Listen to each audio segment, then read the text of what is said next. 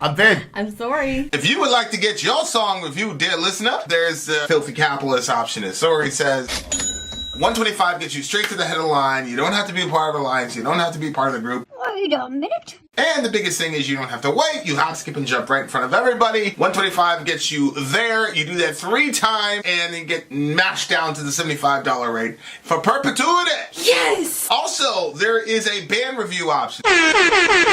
So if you've got a band and you're trying to get your band some exposure, hit me up at vinsori@gmail.com, and I'll show you the details about how to pull that off. You can also jump on Patreon, and there is a option on the tiers to be able to get your band reviewed. Yep. Obviously, we can't lie to you, so we can't guarantee a positive review.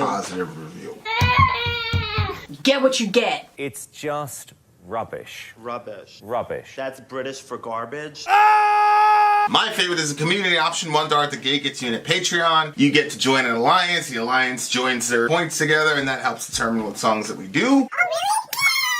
The alliances hang out on Discord. Message me on Patreon to get the link. And they do all kinds of other cool things. They do Minecraft, Dungeons and Dragons. Yeah. It's really a community within the community. Anybody can go on the village, facebook.com/Vin and Sori. There's 160,000+ people on the channel. What's cool about the Discord is that it offers a real opportunity for community connection, friendship, that type of thing. And it's on Discord, so if you're not a Facebook person, it's for you. You start off at $1. Right. Plus you get exclusives. Sori and I are working on a song.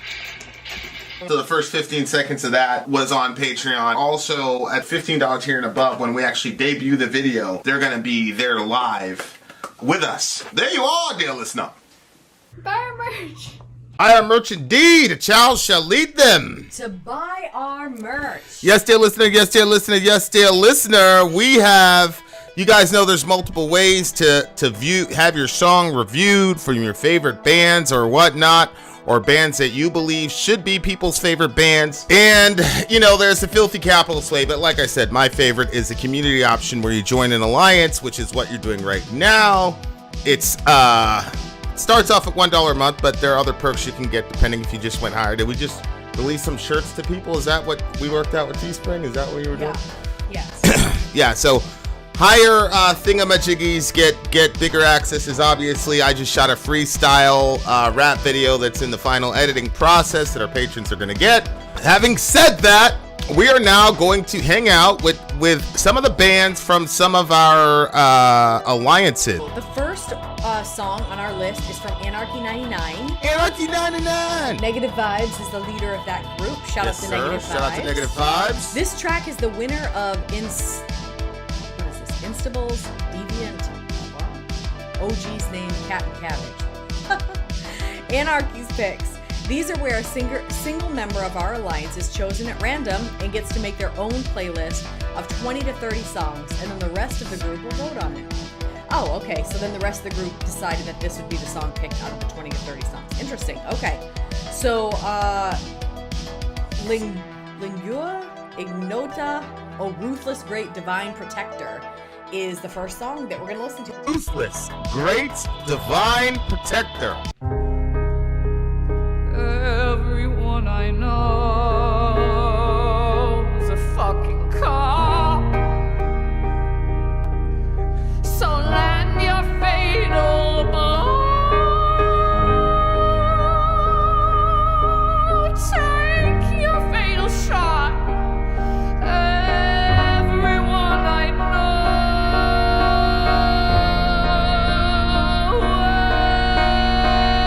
Everyone I know.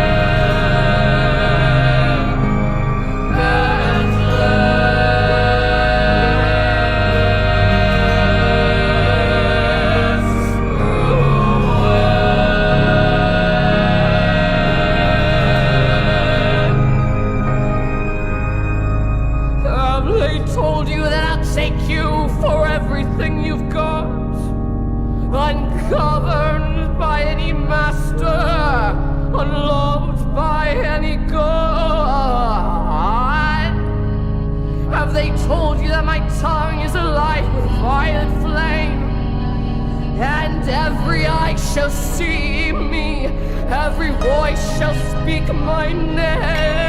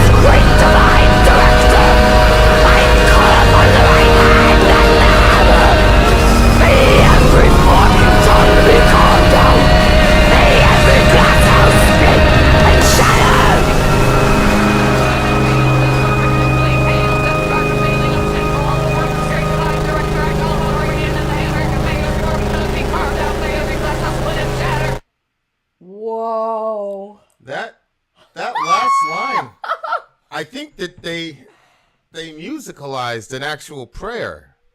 Oh my god. That last one, didn't that sound like that would be some prayer on TBN that you would hear? Those last two lines? I guess. I mean, say that line back to me. I guarantee you that's like an actual prayer they got. May from every TBN. forking tongue be carved out. May every glass house split and shatter. This song, holy shit. Okay.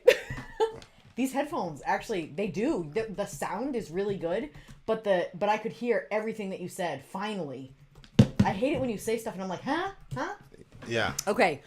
Wow. Holy smokes. shit. Wow. Okay, first of all, I don't know about that demon part in there, but if I feel like that these weird ass people are my people. They This did another would one. be so fun to do, like. Didn't they do one with dogs or something like that? I don't feel know. like Let me. it was like weren't they doing like the serial killer? Because I'm pretty sure it was an Anarchy 99 set, and Let me just switch accounts. it was this band, but go in there and check. But they were really, the song was extremely disturbing. It was about it was about that woman that they named the movie Monster after, the serial killer woman. Yeah. But then but what was they got into her backstory? If the poison won't take you, my dogs will. Yeah, that one. Yes. Yeah. That song was mad disturbing, bro. Yeah, but isn't she the one that like was killing people that had hurt women? Was she the one? I don't know. Yeah, it was about Ideal Warnos or whatever. Yeah, Eileen Warnos. Yeah. Oh my gosh. I really like this. I Style, really, man. Well, you know the other song was good too, but I was just so disturbed by it. Yeah. That right. I couldn't listen to it Right. again. Yeah. But there's something really eerie Adding this to my playlist. Post-haste. Unsettling about this song, and like I don't know how much to say, but I could see why a song like this would resonate very deeply with you. That's unnerving. Why? I mean, especially the last little thingamajiggy there. Ruthless Long great live divine Chile. director. I call upon the right hand and the hammer. That part. Ruthless great divine director, I call upon the right hand and the hammer. May every forking tongue be carved out, and may every glass house split and shatter. You know, like you can't throw stones in a glass house. Yeah. You know, it's about like. If you live in a glass house, you shouldn't throw stones. That kind of hypocrisy, like. Yeah. Yo, you know what I'm saying? Yeah. Just that rage and the wanting vengeance and the wanting to. Yeah. You know. Yeah, but I'll like, show people who you really are. Type of energy. Yeah. Yeah. Well, for one, I like the okay, so like I could go and just like spend a bunch of money in a hippie shop because I love the feel that's in there. Okay. Like I feel like kind of free spirited when I'm in there. Like the clothes are kind of like airy and soft, and everything has that I don't know what that scent is, but everything smells the same in there. I just love the feel, the way that although I brought some negative energy in there today. I did. Because I was trying to buy those little empty pills so I could fill them with stuff. Yeah. And like on the shelf, the tag said $4.99, and when I got up to the register, they charged me $15. And I was on the phone, so I had to go back in, and they have a sign that says they don't do returns. Oh, no. And I was like, yo, you guys put that on the wrong shelf. All I kept thinking about was your mother. I was like, yo, she'd get this for free if not for $4.99. She would. Anyway, I had to just switch out. Guy got another product that cost me a little bit more, but anyway. Anyway, that was just like some ADD kicking in. So anyway, so like this singing style where it's like, I think probably it does take a certain type of talent to be patchouli. I think that's what it is. It's That's patchouli. literally what I had in my head, patchouli. I knew that Amy or Sadie would have it. I was like, I think it's patchouli, but I wasn't sure. So anyway, like, I'm probably gonna buy some of that. Patchouli? Yeah. Spread it on my clothes. I What love that is smell. it? What is it? I think it's a mix of different. Is it like a scent? Like a cologne? The oil. The oil? What is it supposed to do for you? I don't know, but Have you I'm been telling making you, it horchata? makes me feel mad Zed. I totally forgot. This baby brain is That's really, okay. really killing me. That's all right. Wow. That's all right. Wow. I'm sorry. You've been very patient too. Okay. So anyway, so that sort of shot kind of makes me feel that way. This music, this vocal style just makes me feel that way. It makes me feel like it's okay to be kind of crazy. Like there's a song, I said this before, Sai, I think SAI puts it out. Can't even remember the name of the song, but she's dancing all crazy, like very chaotically. She's done it in multiple songs of hers. I just love that. And this vocal style is like that. And the fact that it went from like this sort of like chaotic sounding vocal style that had a sort of sloppiness, but a determined sloppiness to it, to that sort of like, like that powerful, like it sounded like demonic, you know, like speaking something into existence, sort of. Yeah. Like, I don't know. I loved it top to bottom. I did feel like, I liked when it said, okay, fuck everything I said. The only thing I want is revenge. Everything you say will be used against you in the end. Endless ruin. And the way she did Endless Ruin was crazy. Yeah, but I flipped it. Now that I'm reading the lyrics out loud, I think she's talking about them, that they're going to experience an endless ruin. But I literally, sometimes I sit down and I think about all the stuff I've told you about myself, and I'm like, yo, you've talked way too much. You said way too much. And then I start getting like paranoid. I'm like, wait, and that was in text. I said that in text. What the fuck? I said that in text too. So and then I think of all those people that friggin' crucified you, and you didn't say a word about all their batshit craziness. And then I say, okay, I think it's gonna be all right. They told me that shit in confidence. I know. So I'm supposed to take what people said to me in confidence and then blast them with it because now we're at war? No, you shouldn't do that. People Like, shouldn't there do that. comes a point in a battle where the victory becomes too Pyrrhic to... The Pyrrhicism outweighs the victory. It's Pyrrhic victory. You have to destroy your... And I have my... I mean, you know how I am. Yeah. I experience the most mental duress when I violate my own codes. So... If somebody's is doing all this craziness, but my code is if somebody told you something in secret, you know, you take it to the grave. And, you know, obviously, you know, throughout my life, there's been applications of that, like officially, right? But that's just how I came up. So when, you know, people just have to understand the fragility of all relationships that they're in. And you just have to understand every relationship you have is extremely fragile, and that's why there's that phrase, you know, there's a, you know, all's fair in love and war. It's because of the fragility of relationships where, One day you could be, oh, I love this person. Next day you're in total complete jihad. And if you compromise who you are as a person, for me anyway, if I compromise my own my own codes and my own personal belief system because I'm at war with somebody, then I feel like I've lost. So when that situation was happening, I'm like, man, I'm not. Yeah. You know what I'm saying? It's not. Yeah. And plus now, I mean, good night. It's every single one of the people that had to comment, the people that shut the fuck up and didn't say anything are pretty much okay. It's the weirdest But all thing. the big talkers, every single one of them, they're in shambles. I'll tell you. Every single one of them are in absolute shambles. It's And I'm not very I'm weird. not It's very happy weird. about it. It's just, It's very weird. you know, it was just one of those situations. People, I'd believing my own hype. I would believe my own hype for sure. Oh, about those people and their trainer no, couple in my life? ability to cast spells. Because Oh, because every single one of them yeah, are... yeah. Well, I mean, look, man. You know, I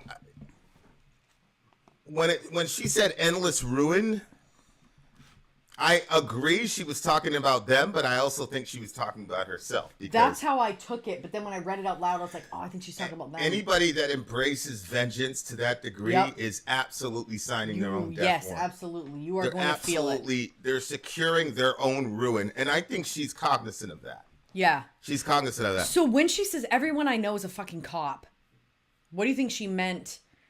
Like, for me, that was interchangeable for, you know, like, okay, so like one time somebody, they stole some stuff from my car, like a video camera and a GPS, which back at the time, no, the video camera they didn't take. They took the GPS. Video camera was in the back seat, but literally it was so messy they couldn't see that. But they took the GPS. And I was so frustrated about that, and I started feeling like the entire world was thieves. Like, everybody I saw after that, I was like, oh, it's probably that guy. It was probably that one. It was probably that one. You know, like, it was just... Yeah. So when she said everyone I know is a cop, I took that as, like, whatever people group or whatever it is that kind of is going... Whether it's the hypocrite or whether it's the overly religious person or whether it's literally the cops that won't leave your people alone... You know, like, it's whatever group. Like, that's interchangeable for whatever group won't friggin' leave you alone. Well, the other thing about cops is that there's an uneven distribution of power. Meaning, if a cop catches you breaking the law, speeding, for example, they can be an annoyance and make your life miserable. If you catch a cop speeding, even if they're not going for anything, there's nothing that can be done. So there Citizen's are arrest doesn't happen in family the law. dynamics and relational dynamics that function that way. Absolutely. Where, you know, this happens a lot with parents and children, where the parent gets basically to function like a cop. You have certain house rules, and the kids are beholden to them, but the parents are. And that's the reason why my 3-year-old can tell me, don't say that, Right. if he hears me say the F-bomb, and I have to apologize to him. Because I want to socialize my kids to not interact with authority that way. Yeah. I don't want my kids, this kind of went to the Second Amendment discussion we were having, but I don't want my kids to have this sort of unconditional acquiescence to authority. And I want them to be able to say, okay, this rule makes sense. I understand it. Let's apply it across the board. Right. Right? And Well, I think if you can do that, then you teach your kids to have a healthy... They can stand up for themselves when there's an authority present or whatever without, like... You don't create rebellion that way. So rebellion doesn't... Right. Rebellion doesn't have to make sense. It just has to be like, okay, somebody in authority said something, so I'm going against it. Right. Only because they're in a position of authority, not because I necessarily disagree with what they need done or what they're asking to be done. Right. And that sort of, thoughtless action doesn't really accomplish what we're looking for. So if you can teach your kid to you stand up for what's right, and then there's not a need for rebellion because you don't feel that oppression over and over and over and over. yeah, Dorian's never really rebelled. I mean, the older he's gotten into his teenage years, actually, the more He's down there ironing his shirts. the more compliant he's been. Yeah, I would Like, agree. I don't think any of my kids are going to rebel. I just don't. It's just because like I said, I mean, the kid's barely verbal, and he's already saying, no, don't say that, Daddy, don't say that. And I had to say, I was like, what's he talking about? And you're like, oh, you said fuck. So I'm sorry, Orion, my bad, you're right, I'm sorry. And he's 3, but I don't care. I mean, that's the culture we have in the house. But anyway, we took too long on that. But if you have that kind of imbalance of power in the house, and you know, some of it is just practically you have to have that, right? Because like I can drive, Orion can't. Yeah, that type of thing. yeah. But if you get in a situation in your life where everybody's a cop, everybody's policing your actions, everybody's calling you out, whether you're right or wrong, but then you can't say to that person, well, you're wrong here too. No, it's a one-way relationship. I think, you know, you have an environment like that, and obviously not everybody, but she's just at the point where it's over. You know what I'm saying? Like, she's done with it. Everybody. Wait. Okay, I was a little confused Everybody because knows it sounded feminine, like a female, but then he says, but she said, I'm a patient man. Yeah. Yeah, I don't know. That's like the, you know, I Am King song. You know what I'm saying? Like, I don't necessarily believe that, like, you know what I'm saying? Yeah. Okay. Land your fatal blow, take your fatal shot. Everyone I know is gonna burn, but I'm a patient man. Wait for the wind to turn. Everyone I know. See, that's somebody who, like, she understands. She's plotting this vengeance, or she wants to see the destruction of her enemies, and she's saying, I'm patient. I'm just gonna wait for the wind to turn because eventually it's gonna happen to me. Yeah. Which can be a positive or a negative message. You know, it might be one of those situations where, like, she has it within her power to activate some shit to make that person's life miserable, but she's not doing it because she's gonna let karma take care of the person. Or she's completely powerless and helpless to fix the problem, but she still thinks karma's gonna take care of it. You see what I'm saying? Yep. What did you think when she said, obviously this part, like, I call upon the rapist and the demon, hail death's unforgiving flame, hail death's dark unfailing ocean. So is she's calling on them to give them the unforgiving flame? Well, it says, oh, collapsing lightless king. First of all, this is just very, very poetic. Oh my God, I like very, very, very, very, very poetic lyricism.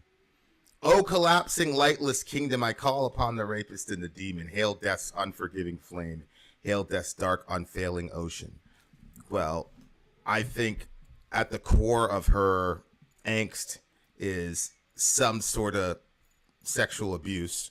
That's what it seemed like to me. Which is also what I read from the other song that she did. But, you know, look, all sexual abuse is horrible, but when sexual abuse is done in a religious context, especially a Christian context, I don't care what anybody says, I think it's way, way, way more destructive. Ugh. Because if it comes out that Susie was being molested by the kindergarten teacher, like, that entire city would collapse on that teacher and string him up if the cops don't get to him first. I don't care, red, yellow, black, white. It doesn't. It's like just what happened with these kids at the school. These cops are getting slammed, and they'll die forever in infamy because of those kids. Mm-hmm. But when religious figures do it, it almost works in the opposite way. They circle the wagons around the violator, and then the victim gets booted out the back door, or the victim gets demonized for saying something. I mean, I'm not. Yeah. Look, I'll just say it. You know, the Southern Baptist Convention released this giant report where they function pretty much like the Catholic Church functioned. You had all these guys that were doing all this types of crazy shit to their parishioners and their kids, and they just moved them on and on and on and on. And then recently, one of the bigwigs in that, you know, organization did an interview, and he was like, well, you know, that stuff is terrible, but we can't let it distract us from the main mission. I was like, motherfucker, there's a different mission? But that just shows you where his priorities are. So it's not the action itself that distracts from the main mission. Right. It's the fact that someone says something about it, and that something needs to be done about it that distracts from the main mission. Which, of course, you know, a lot of this Christianity, you know, especially modern evangelicalism, everything is like spiritual. The world is going to rot and everybody's going to hell. So let's get like 4 people saved on this little banana boat and hopefully we can make it to the rapture. So that you can say some dumb shit like advocating for abused children is missing the mission. Of course, if you have a kingdom-minded aspect to which is interesting because she talked about the lightless kingdom. If you have a more New Testament understanding of what Jesus' message is, Jesus wasn't telling us how to catch the rapture. Jesus never mentioned the rapture. Right. He talked a lot about how we treat people, especially the littlest ones. So it's like, what the fuck were we doing? On the one hand, arguing pro-life legislation, but then when we hear about the same kids, because you know the kids that are getting abused were once in the womb, you fucking weirdo. Those same kids. Oh, now it's a distraction when we talk about literally aborting their souls, literally, and I'm not exaggerating because I believe that that's what happens to a person when they're violated that way, especially as a child. Oh, absolutely. And so, like, and then it creates somebody like this who is just completely nihilistic and violent and willing to just go down with the ship because it doesn't matter what their belief system is. God didn't create anybody to be abused that way and sit down there and take it.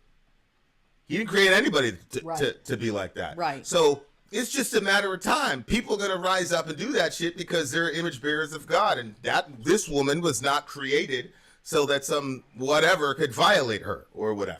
Exactly. Or abuse her or whatever. Exactly. And whether or not she's in completely right relationship with God, God's not going to tolerate that shit. So it's a crazy song because I believe she's acknowledging that they're both going to go down into endless ruin. But there are times when people are... Yeah, but I think that she feels like she's already been ruined. Correct. She's already gone through it. So now she's like, all right, now you're going to come down, motherfucker. And she says over here, had they told you that my tongue is a light with violent flame and every eye will see me, every voice shall speak my name. I loved that.